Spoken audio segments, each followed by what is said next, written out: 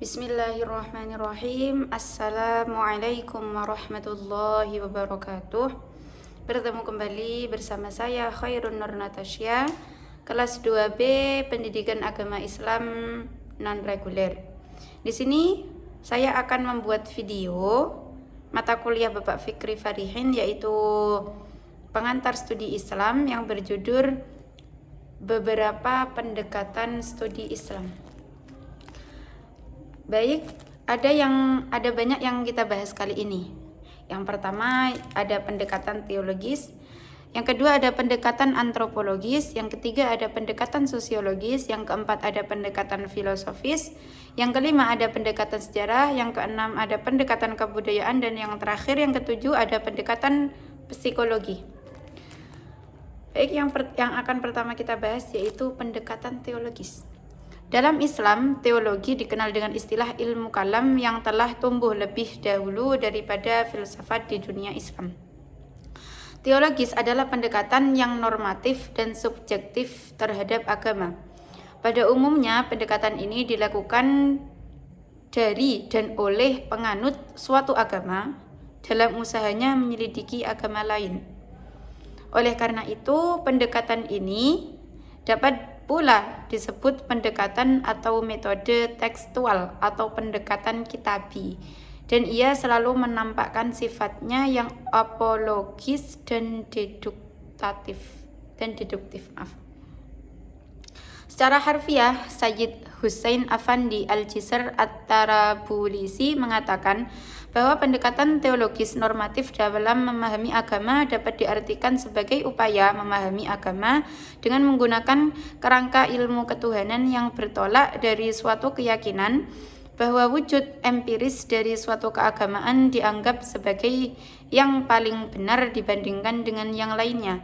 Manfaatnya adalah mengetahui sifat-sifat Allah Subhanahu wa Ta'ala dan Rasul-Nya dengan bukti-bukti yang konkret, yang pada akhirnya mendapatkan kebahagiaan dan keselamatan yang abadi. Baik, pembahasan selanjutnya ada pendekatan antropologis. Secara bahasa, kata antropologis berasal dari bahasa Yunani, yaitu anthropos yang artinya manusia dan logos yang artinya ilmu. Dengan demikian, istilah antropologi dapat diartikan sebagai ilmu yang membahas tentang manusia. Berdasarkan pengertian tersebut, sulit untuk menuliskan garis pemisah yang jelas antara antropologis dan sosiologi, karena kedua ilmu ini terbagi bukan disebabkan oleh metode-metode yang dipakai oleh para sarjana, melainkan oleh tradisi. Bagaimanapun, antropologi telah memusatkan perhatiannya pada kebudayaan primitif yang tidak bisa tulis baca dan tanpa ketik. Pendekatan antropologis dalam memahami agama dapat diartikan sebagai satu upaya memahami agama dengan cara melihat wujud praktik keagamaan dan tumbuh dan berkembang dalam masyarakat. Melalui pendekatan ini, agama akrab dan dekat dengan masalah-masalah yang dihadapi manusia dan berupaya menjelaskan dan memberikan jawabannya. Yang ketiga yang kita bahas kali ini ada pendekatan sosiologis. Secara etimologis, kata sosiologi berasal dari bahasa Latin, yaitu berasal dari kata socius yang mengandung arti teman dan logos yang berarti ilmu. Dengan demikian, sosiologi mengandung arti ilmu yang berbicara tentang manusia yang berteman atau bisa disebut bermasyarakat. Adapun pengertian sosiologi secara terminologi adalah kajian Islam tentang kehidupan sosial manusia yang berusaha mencari tahu tentang hakikat dan sebab-sebab dari berbagai pola pikiran dan tindakan manusia yang teratur dapat berulang.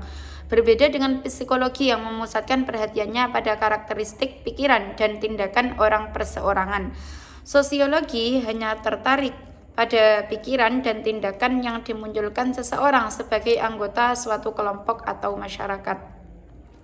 Baik, pembahasan selanjutnya yaitu pendekatan filosofis. Secara etimologis, kata filsafat berasal dari bahasa Yunani, yaitu philos dan sophia, yang mengandung arti cinta pada pengetahuan, kebijaksanaan, kebenaran, dan hikmah. Filsafat dapat pula berarti mencari hakikat sesuatu, berusaha menemukan sebab dan akibat, serta berusaha menafsirkan pengalaman manusia. Pengertian filsafat secara terminologi adalah pengetahuan dan penyelidikan dengan akal budi mengenai sebab-sebab, asas-asas, hukum, dan sebagainya terhadap segala yang ada di dalam semesta, ataupun mengenai kebenaran dan arti adanya sesuatu. Adapun pengertian filsafat menurut Louis O. Katsoff adalah upaya mengumpulkan pengetahuan manusia sebanyak mungkin, mengajukan kritik dan menilai pengetahuan itu, menemukan hakikatnya dan menertibkan serta mengatur semua dalam bentuk yang sistematis. Pengertian filsafat yang sangat populer dan sering digunakan yang dimukakan oleh Sidi Ghazalba bahwa filsafat yaitu berpikir secara mendalam, sistematik, radikal, dan universal dalam rangka mencari kebenaran, inti, hikmah, atau hakikat mengenai segala sesuatu yang ada. Orang yang cinta pada pengetahuan atau kebijaksanaan disebut filosofos atau dalam bahasa Arab filosof, yaitu atau bisa disebut dengan filsuf. Pembahasan selanjutnya yaitu pendekatan sejarah. Secara etimologis, kata sejarah berasal dari bahasa Arab ya syajarotun yang berarti pohon.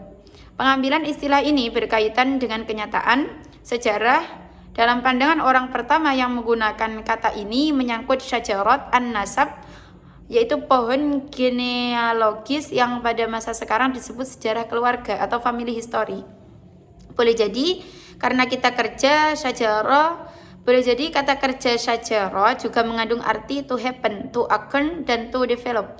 Selanjutnya, sejarah dipahami mempunyai makna yang sama dengan kata tarikh, itu dalam bahasa Arab, dan isora dalam bahasa Yunani. Adapun arti history bahasa Inggris atau Geschichte bahasa Jerman secara sederhana adalah kejadian-kejadian yang menyangkut manusia pada masa silam.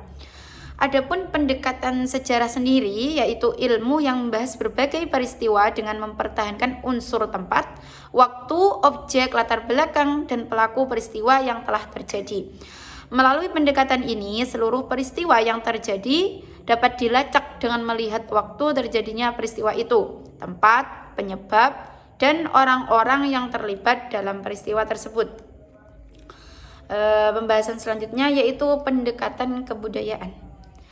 Menurut Kontrajaningrat, kebudayaan adalah keseluruhan sistem, gagasan, tindakan, dan hasil karya manusia dalam rangka kehidupan masyarakat yang dijadikan milik manusia dengan cara belajar. Dengan demikian, tindakan yang tidak berdasarkan hasil belajar seperti gerakan refleks dianggap bukan sebagai kebudayaan. Adapun kebudayaan menurut S. Takdir Ali Syahbana adalah satu keseluruhan yang kompleks yang terjadi dan unsur-unsur yang berbeda seperti pengetahuan, kepercayaan, seni, hukum, moral, adat istiadat, dan segala kecakapan yang diperoleh manusia sebagai anggota masyarakat. Yang kedua, warisan sosial atau tradisi. Yang ketiga, cara, aturan, dan jalan hidup manusia. Yang keempat, penyesuaian manusia terhadap alam sekitarnya dan cara menyelesaikan persoalan. Yang kelima, hasil perbuatan atau kecerdasan manusia. Dan yang terakhir yaitu hasil pergaulan atau perkumpulan manusia. Yang selanjutnya ada pendekatan psikologi. Pada abad ke-20, muncul pendekatan baru untuk menjelaskan agama dari segi ilmu pengetahuan, yaitu pendekatan psikologi. Pendekatan ini merupakan usaha untuk memperoleh sisi ilmu dari aspek-aspek batin pengalaman keagamaan. Psikologi atau ilmu jiwa dapat diartikan sebagai ilmu yang membahas sikap manusia disebabkan oleh hubungannya dengan nilai-nilai yang ada. Carl Gustav Jung, seperti dikutip oleh Abdul Razak, menganggap bahwa sikap yang tumbuh dari jiwa manusia terdiri atas kesadaran dan ketaksadaran. Kesadaran keluar dikenal dengan istilah extrovert, sedangkan kesadaran ke dalam lebih dikenal dengan istilah introvert. Mungkin hanya ini yang dapat saya sampaikan, kurang lebihnya saya mohon maaf yang sebesar-besarnya. Akhirul kalam, ihdinas siratal mustaqim. Assalamualaikum warahmatullahi wabarakatuh.